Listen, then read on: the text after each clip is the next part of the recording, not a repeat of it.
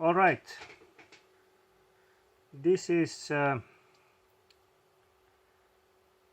switch number 20, one of the 45 switches, and this had a problem that it only boots the boot logo, or it boots to the logo, the Nintendo logo, and then it remains there. And I have tried all sorts of different combinations here, and that won't help. But let's first see what kind of charge it takes, and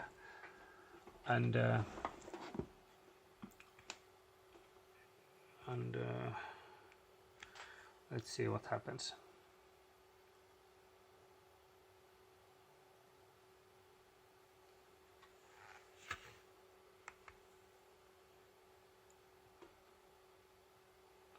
.46. I think this is a normal slow charge. Well, it remains here, and it won't go, forward. So, well, what I read, this could still be the charging chip, and replacing it could help. But what we're gonna do is we're gonna open it up, and we're gonna measure some of the caps around the charging chip, and see if we can find some problems. Instead of just going and removing a chip and put one on, and then we don't know if that even helped or whatever. So let's open it up and measure some caps. That's good.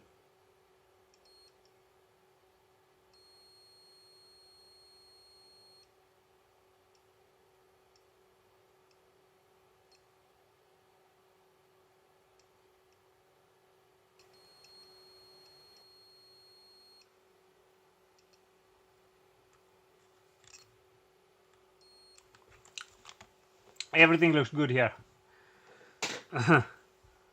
So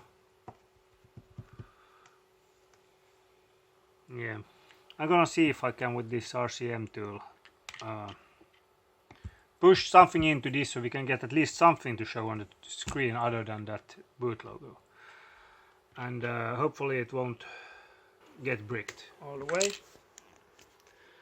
And now with plus and on,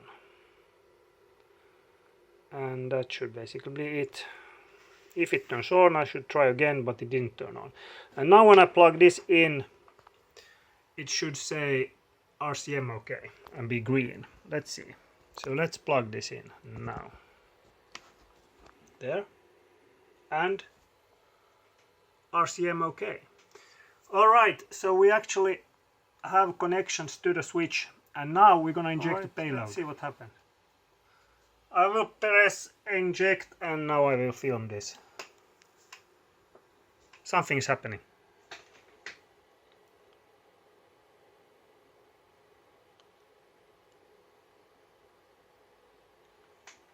It's vulnerable, and that was so cool. It is vulnerable, and you are able to launch it, it said. Wow. So now we will inject the Hecate file into the switch, and let's see on the switch what happens. Will it work or not? Inject now. Hecate, and there we go. Well, we got into it. So I fooled around a little bit with the RCM tool and tried to boot it with custom firmware, and it didn't go past this logo at any point. So it's not software related, probably. It's a hardware issue. I thought, well, I left it for 2-3 hours, and when I turned it on next time, this happens. So now it boots, and But what happened then was that after going into the menu, there was a yellow screen, and I thought that, okay, well, at least it will load the operating system, so we don't have a software issue here. But what is the yellow screen? Well, I watched a video recently of a person fixing a yellow screen. I don't remember, but I will put link down there. And he basically, I have it open here. Actually, I'm gonna turn it off. It works now, but the first time it happened, the yellow screen came on. And what I did was I removed this. Okay, so I removed this thing.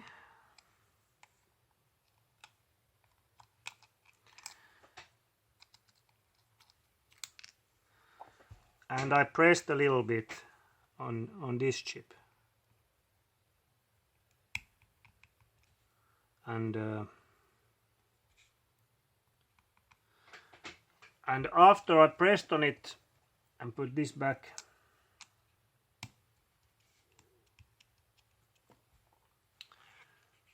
I have not yet seen a yellow screen. Now I'm pretty sure this is just it's not gonna stay like this. I think this switch is really unstable, but we're gonna find out. However, before I put this together, I'm gonna do what he did with the yellow screen. I'm gonna put heat on this chip, and also a little bit on the charge chip here, but not remove or anything, just basically loosen up a little bit, and then, whoa, look, here it is. Just when I was talking about it, here it is. And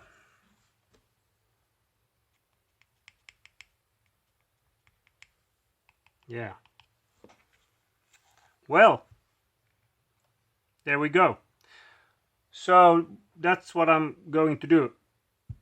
It was I removed that thing, and after that it happened. Let's put some heat on those two chips. I'm more interested in this one because that's what he did.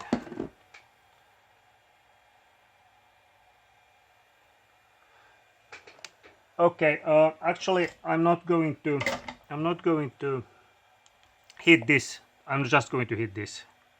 Let's clean it first a little bit. And yeah, let's heat it with some air. First, from a distance, hitting the board a little bit. Got on 300 now.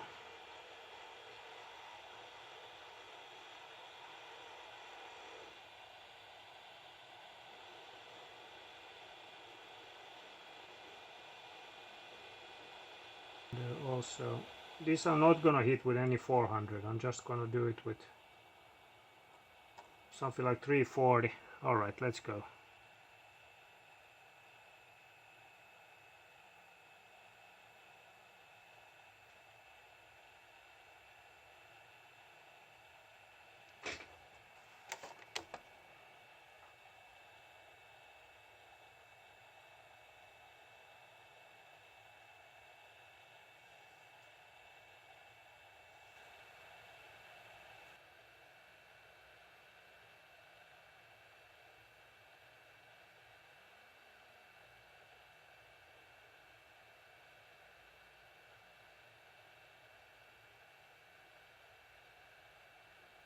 All right.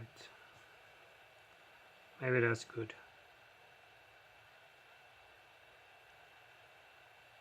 Maybe that's good. Hopefully. Now let's let it cool and